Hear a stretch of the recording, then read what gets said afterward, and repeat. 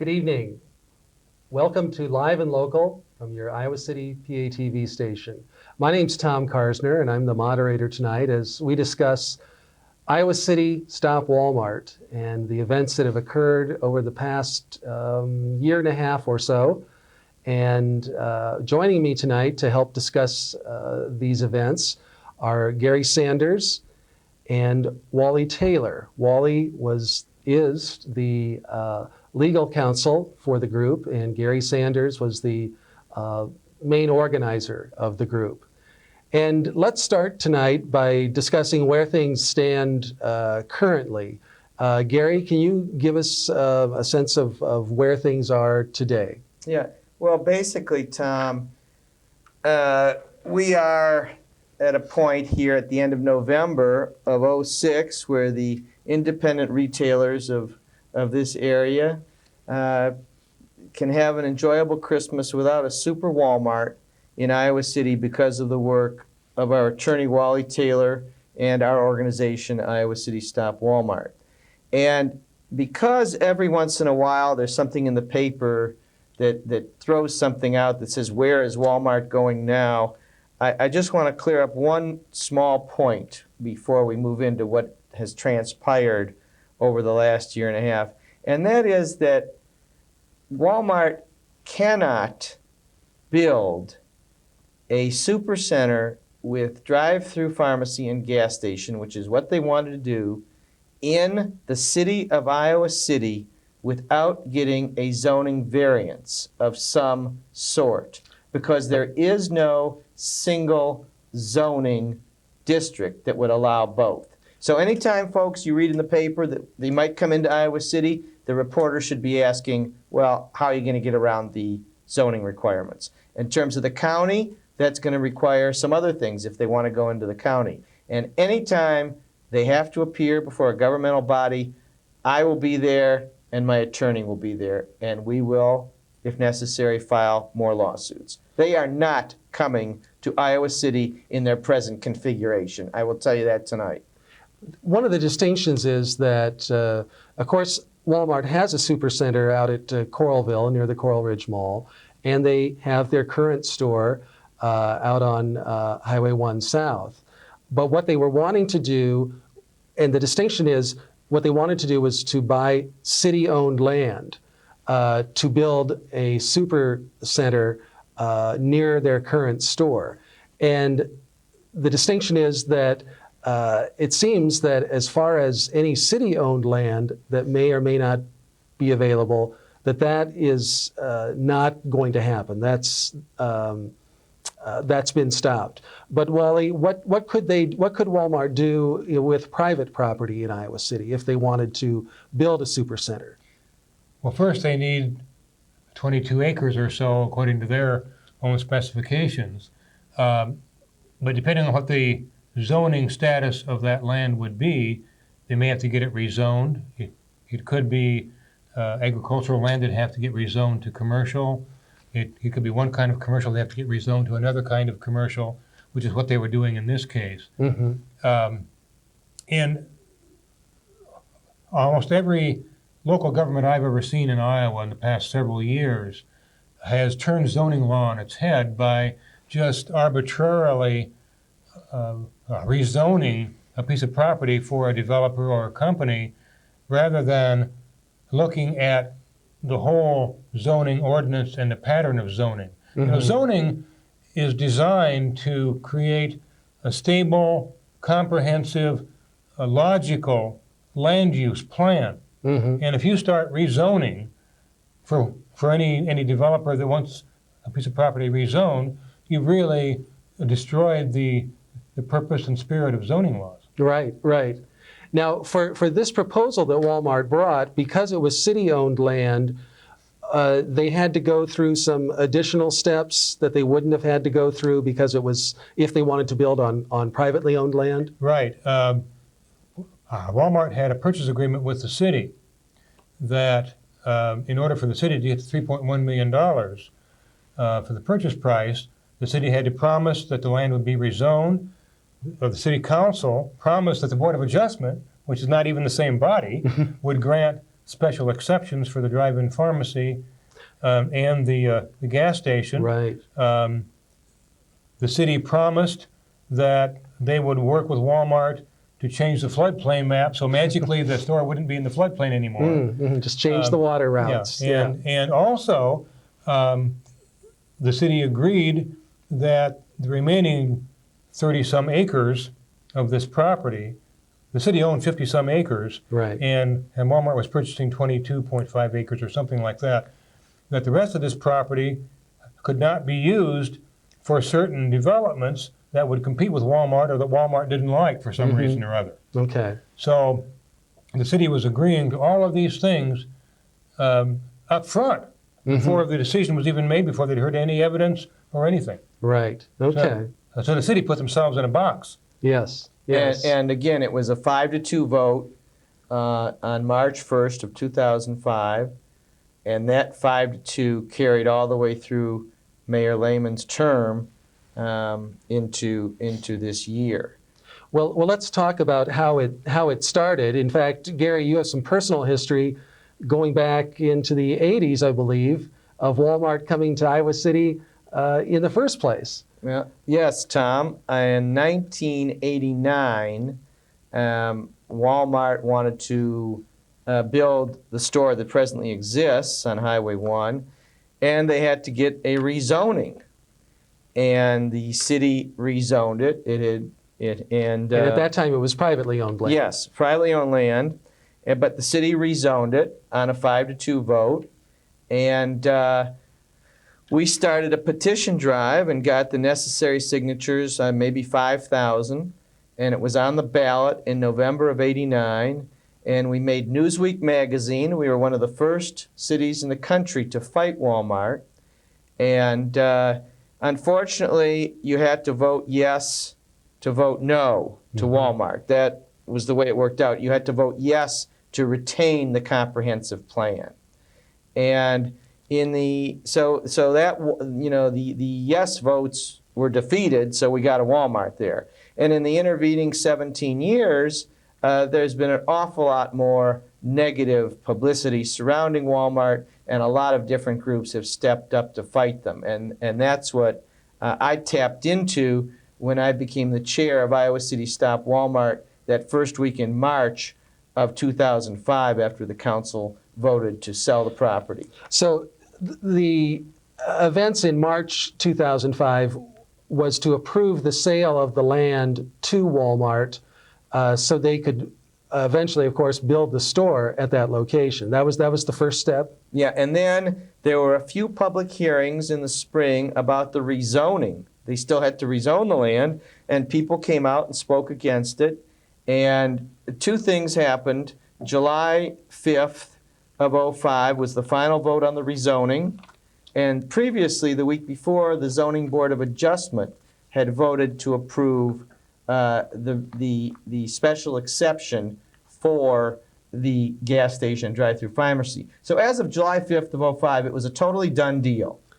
And that's when I picked up the phone and I found Mr. Wally Taylor, who is the attorney for the Sierra Club of the state of Iowa, and he agreed to take the case. Well, as I understand it, you didn't necessarily say yes right away. What can you tell us just I briefly? had to badger him a little bit. I know. Maybe you could tell us briefly some of your experience and what made you want to take this case in the first place. Well, as I said, you see this perversion of the zoning laws all over the state of Iowa, and I've seen it for a number of years. And the disappointing thing is that the courts really do not enforce that concept of zoning because the judges feel that they cannot second guess the public bodies. But if you can show that the zoning is illegal for some reason, or that it's arbitrary and capricious, which is a fancy term for saying it has no basis or it's just done on a whim, that illegally you can challenge a zoning decision. The thing that struck me about this was, number one, the fact that there was this purchase from the city where the city had guaranteed up front that the zoning would take place. Also,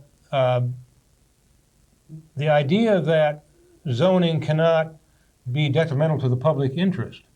And we thought that Wal-Mart certainly was a detriment to the public interest. Yeah, It was interesting in the public hearing on the purchase agreement.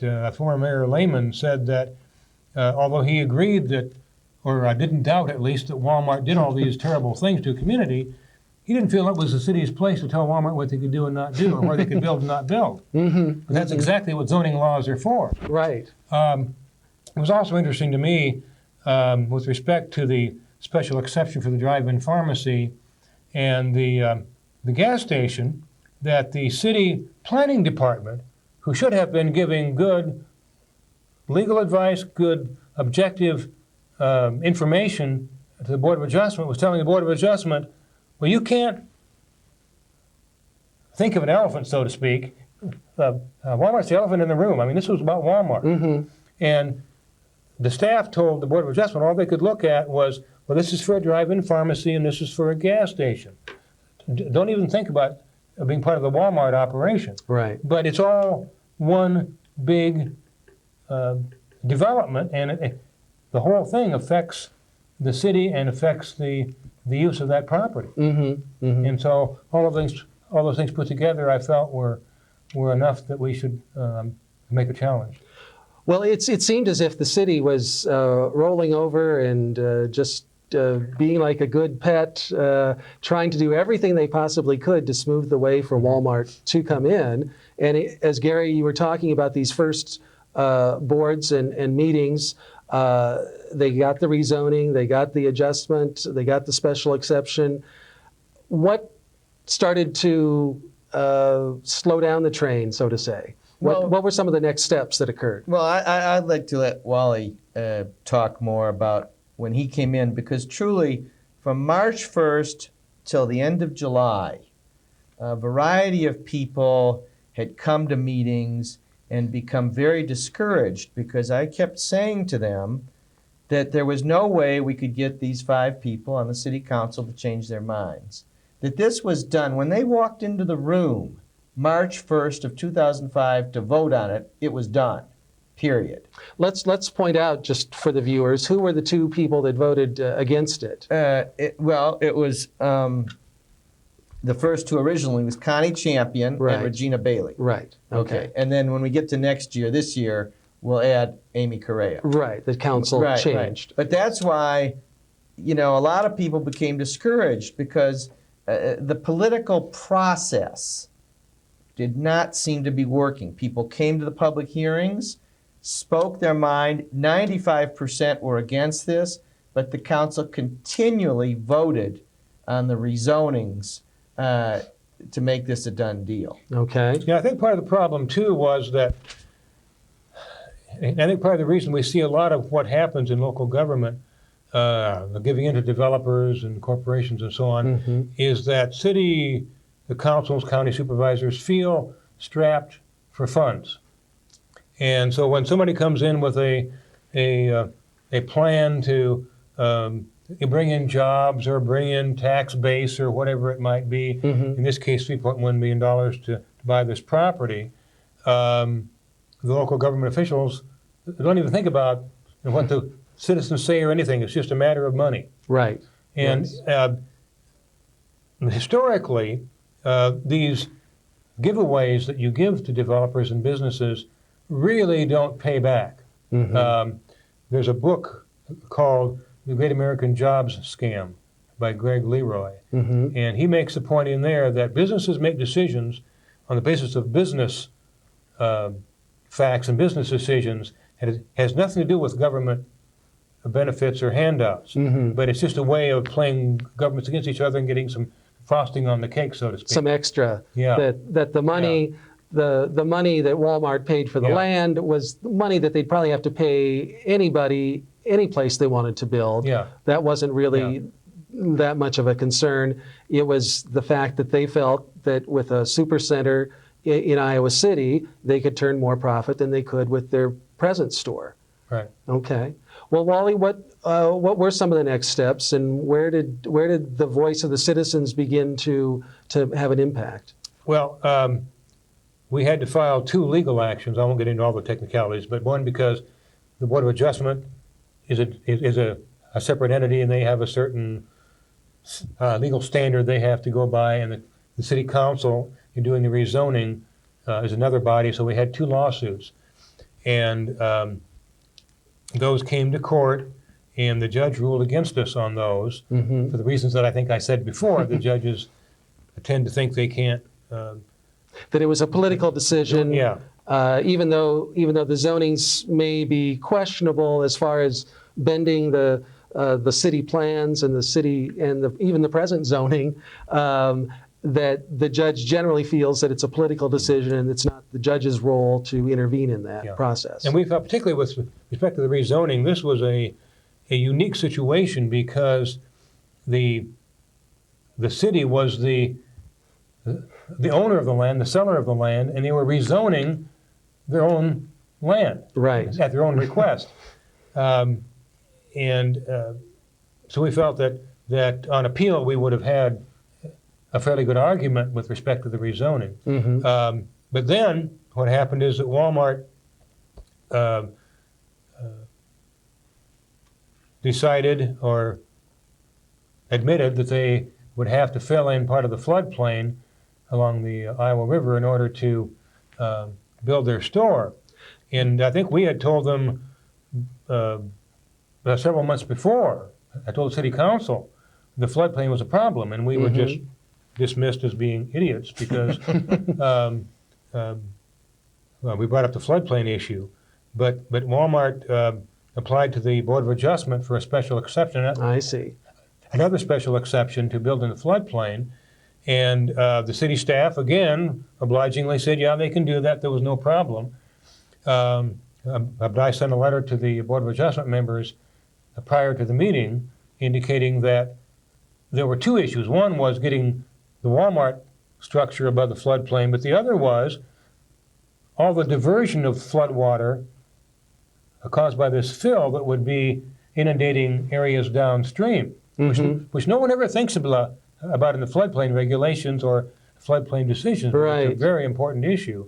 And to their everlasting credit, the Board of Adjustment really considered that. In fact, some of them even did their homework, and they went and looked on the FEMA website and everywhere else to really get some good information. And they came well armed, and to Walmart's surprise, they didn't grant the special exception. Wow.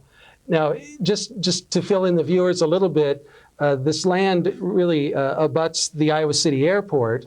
And for those familiar with the Iowa City Airport, that is low-lying land.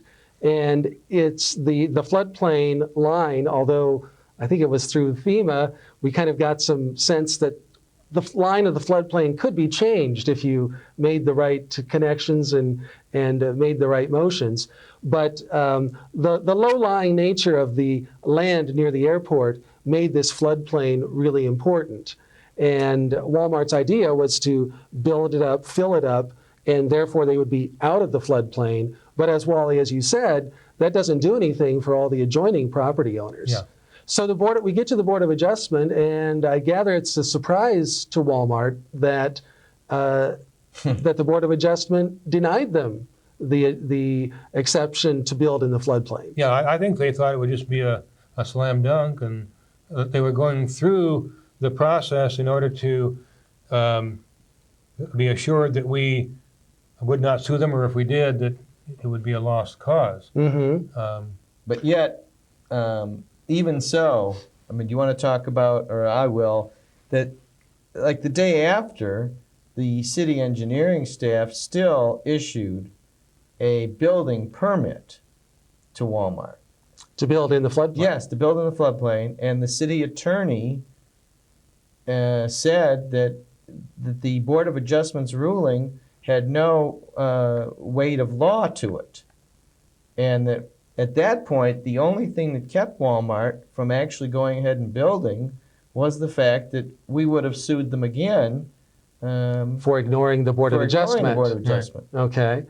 So then, what was the next event? Was this well, go ahead. Was this the time that the city manager, time kind of drug on after that, as I understand? But really, after that, Walmart just walked away, Yeah. and we heard nothing until just recently that they were still looking. But Mhm. But what happened is just before the Board of Adjustment vote, Wal-Mart came in and asked the council to postpone the July 31st deadline That's right. for them to pay the $3.1 million For the sale of the land. for the sale of land. And twice the city council rejected that. But I want to by emphasize 4-3. by 4-3. But I want to Okay. emphasize something that that is the city council didn't stop this super center from being built, and a lot of people have that misconception because they voted 4-3 to say that July 31st was the drop dead date. Walmart Because right could- in that period of time, they voted 4-3 the other way, with Mayor Wilburn being with Vanderhoff, Elliott, and O'Donnell to sell them more land. Mhm. So those four were never opposed to this on principle. And Walmart could have just said, Paid the well, money. we'll pay you the money Yes. by July 31st and, Yes. and take their chances about being sued and go ahead. Right, and that was a decision that, and Wally can speak to this more, that their legal staff made out of fear that we would sue them again. Because one of the postponements that they had asked for was they had asked for a postponement until all of the lawsuits had been resolved. And that was going to be at least another year and a half. And that's what the council wouldn't do. They wouldn't hold it off. Right, right. But And that's eventually, I remember Steve Atkins, the city manager, at one point said, no, we're not going to extend this any further. But it was his advice. advice, sure. Because the Okay, council had a vote on it. sure. And But- that's what turned Mayor Wilburn, I'm sure. Okay, But he was for the project all along, and he is up for re-election next year in '07. And I hope that becomes part of the debate Well, on his re-election. let's review again the city councilors that did show some backbone against Walmart. Connie Champion was voting against it every All the way. opportunity she had. Yes, And Regina Bailey yes, voted against it at every opportunity she had. yes, And then after Ernie Lehman retired and Amy Correa was elected, Amy Correa did vote against it at every opportunity she yes. had. Because Okay. because previously they had also even voted for earlier extensions Right. to get it to July 31st. So definitely those three people deserve a lot of credit, the three councilors that you mentioned. Okay. But there was never 4 votes to completely kill this project. And so I think what you're saying is the city council shouldn't get full credit for stopping this They project. shouldn't get any They credit. shouldn't get any credit. The No. real credit goes to the Board of Adjustment. The Board of Adjustment and Mr. Wally And Taylor, Wally, of the course. attorney, Of course. and also our organization for keeping this whole thing going and Right. live. Right. You know, I mean, Yes. it was the organization with me as the chair and Wally as the attorney, truly, that did it. And that was what they were afraid of. You know, what's really disappointing too is that citizens have to feel like they have no voice, because early on in the process, there were a lot of people Right. who spoke, who wrote letters and emails to the council. I mean, the binder of correspondence is that thick, but it made no difference. And, you know, Yes. it's It didn't. it's hard to tell people to do something when it doesn't do any good. Yeah, well, Councilman Mike O'Donnell even said he didn't talk to his constituents about controversial issues. He said that in our deposition. And I hope someday, the press does something with that. And I just wanted to say, to follow up on that, I want to compliment the Daily Iowan. I think everybody should subscribe to it because they covered this better than anyone. They were the only local paper to cover the key Board of Adjustment meeting. The Press Citizen and the Gazette couldn't find their way down there that night. And I think that's a shame. Well, the Board of Adjustment meeting was somewhat of a surprise, I would gather, to you. You had written them a letter pointing out some of these problems with the floodplain, but still, is it fair to say that the real heroes are the people on the Board of Adjustment who you said took some initiative and said, this doesn't make sense to build in the floodplain? They deserve a great deal of credit. I mean, I know most cities that I've worked in, a Board of Adjustment wouldn't do that, especially when the staff told them Right. to approve it. And when the mayor and the majority of the city council is basically rolling over and saying, let's bring in the super Wal-Mart. Yeah. It's hard. Sometimes it's hard for citizens to go against those authority figures and really speak up and say what they think is right. Yeah, and unfortunately, because of the lack of press coverage and that there's no government channel filming their meetings, it's a pretty anonymous group, and it's a hard job. They have to sift through a lot. Well, certainly through this time that Wal-Mart has been involved in putting a supercenter in Iowa City, I mean, we all know many of the national problems that Wal-Mart has had. Paying low benefits, it takes a long time for them to start. Gender discrimination cases, locking people in the building after their shift is over, keeping them there for another couple hours to stock items for the next day. All of these things, all of these suits have gone on across the country, leveled at Walmart. I guess we kind of come back to where we started. It's fair to say that Walmart will not build a supercenter on Iowa City-owned land, but apparently, from what we hear in their news reports, they are still looking at possibilities from privately owned land, but there's still some significant hurdles for them to overcome. Yeah, they would, as I said at the beginning, they would have to get rezoning or zoning adjustments, and we're going to be there to fight them every step of the way. And I frankly do not think they are ever going to build a supercenter with that configuration that they want in the city of Iowa City. By the way, we still need money to help pay for the lawsuits. Our website is www.iowacity.stop-walmart, or you can look up in the phone book, Iowa City Stop Walmart at my address, 831 Maggard, because so much praise truly must go to Wally Taylor, our attorney, and his wife, Pam Mackey Taylor. I was the one that was out in the paper and out doing the TV stuff, for over a year and a half, but Wally was in the back doing all the really significant work. And I just think that the entire city owes Wally a great deal, truly. Sure. And especially the independent retailers of the city. Yes. So Wally, Yeah. unbelievable job, really, truly. And that's the thing about Walmart and other major companies and corporations.